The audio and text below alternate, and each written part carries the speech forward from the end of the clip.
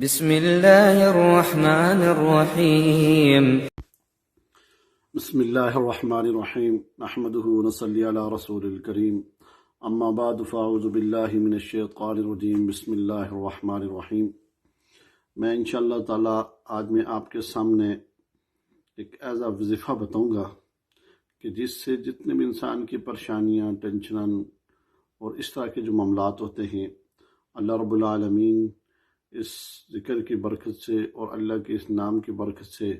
انشاءاللہ تعالی وہ ساری کی ساری پریشانیاں آپ کی دور ہو جائیں گی۔ اور وہ وظیفہ میں انشاءاللہ تعالی آگے آپ کو اس ترتیب بھی بتاؤں گا، اور خاص کر کے بہت سارے مستورات عورتیں بڑی پریشان ہوتی ہیں اور جو میرے پاس آ رہی ہیں حمل کے حوالے سے، حمل ان کا ضائع ہو جاتا ہے یا کم، اس میں بڑی پریشانی ہوتی ہے ان میں۔ اور اس میں آپ کو ایک وضاحت آپ کے سامنے رکھوں کہ اس میں بہت سارے مسائل اور بہت سارے معاملات اس وجہ سے ہوتے ہیں کہ وہ حمل جب گرتا ہے یا ضائع ہوتا ہے تو اس میں بہت زیادہ تکلیف ہوتی ہے۔ تو حمل کو روکنے کے لیے وہ نہ گرے، اس کا عمل بڑا خاص عمل ہے۔ وہ عمل جو ہے وہ اس عمل کو کیسے کرنا ہے اور کس ترتیب کے ساتھ کرنا ہے، آپ یہ اپنے ذہن میں بٹھا لیں کہ وہ عمل کرنے کا طریقہ جو ہے وہ آپ کے سامنے میں انشاءاللہ تعالی بڑی تفصیل کے ساتھ، بڑی ترتیب کے ساتھ انشاءاللہ تعالی وہ رکھوں گا تاکہ آپ کو کرنا بھی آسان ہو، اور جو میری بہنیں اور جو بھی اس حوالے سے پریشان ہیں اس پریشانی کا جو میں حل بتا رہا ہوں بہت بہترین ہے، اور اس کو آپ اس ترتیب سے کریں گے تو انشاءاللہ تعالی آپ کو فائدہ ہوگا۔ آپ کا یقین ہونا چاہیے اس کے اوپر 100%۔ جس وقت آپ کا یقین ہوگا تو انشاءاللہ تعالی آپ کا ذکر کرنا، آپ کے وہ ذکر آپ کے لیے بہتر ہوگا، اور آپ کا شفا اللہ رب العالمین شفا دیں گے، شافی بن جائے گا وہ ذکر، ٹھیک ہے۔ اس لیے اس شفا تو اللہ کی ذات ہی دینے والی ہے، بندہ تو کوئی نہیں دے سکتا،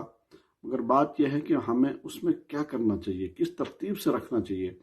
کہ ذکر کے اوپر اللہ کا یقین، اللہ کے اوپر یقین ہونا چاہیے کہ ذکر اللہ کا ہے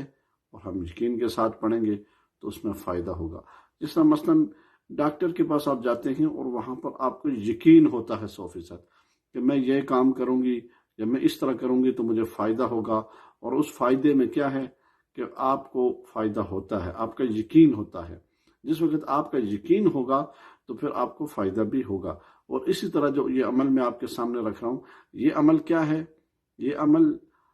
بہت خوبصورت ہے، بہت اچھا عمل ہے، مجرب عمل ہے، یہ میں نے بہت دفعہ آزمایا ہے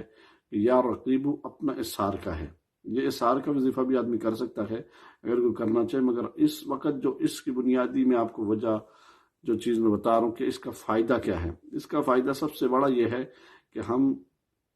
ہمیں استعمال کرنے کا طریقہ کیا ہے۔ بہت ساری مستورات وغیرہ میری بہنیں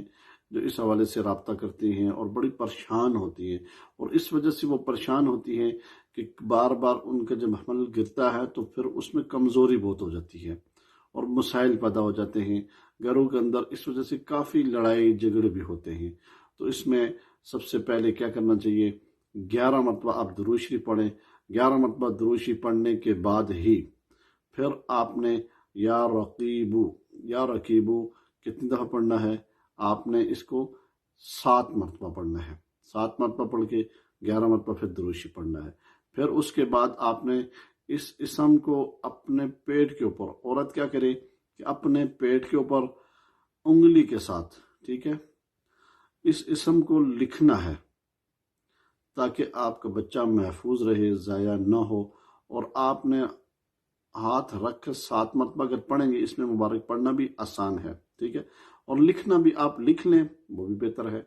ہاتھ پیٹ کے اوپر رکھنا ہے، پڑھنے کے ٹائم یہ ذہن میں رکھیں۔ 11 مرتبہ درود شریف ہے، پھر 7 مرتبہ یا رقیبو پڑھنا ہے، اور یا رقیبو پڑھ کے پھر 11 مرتبہ درود شریف پڑھ کے پھر اس کو 7 مرتبہ آپ نے لکھنا ہے پیٹ کے اوپر۔ جب آپ لکھیں گے یا رقیبو تو انشاءاللہ تعالی اس میں جتنی بھی میری بہنیں پریشان ہیں اس حوالے سے انشاءاللہ ان کی یہ پریشانی دور ہو جائے گی، اور یہ ان کا حمل انشاءاللہ تعالی وہ ضائع نہیں ہوگا، گرے گا نہیں، انشاءاللہ تعالی بچے کی بھی اللہ حفاظت فرمائیں گے اور اس میں حمل بھی حفاظت ہوگا انشاءاللہ تعالیٰ۔ آپ جس وقت یہ وظائف پڑھیں گے، وظیفہ پڑھنے کے بعد ساتھ ساتھ ہی آپ کو اللہ کی طرف سے انشاءاللہ وہ شفا آنا اور شروع ہو جائے گی اور شفا مل جائے گی۔ اس میری ویڈیو کو سننے والے جتنے بھی ہیں، آپ دیکھنے والے جتنے بھی حضرات ہیں، آپ اس کو غور لگا کے سنیں اور سننے کے بعد اس پر عمل انشاءاللہ تعالیٰ کریں گے تو اس میں فائدہ ہوگا۔ آخر دعوانا الحمدللہ رب العالمین۔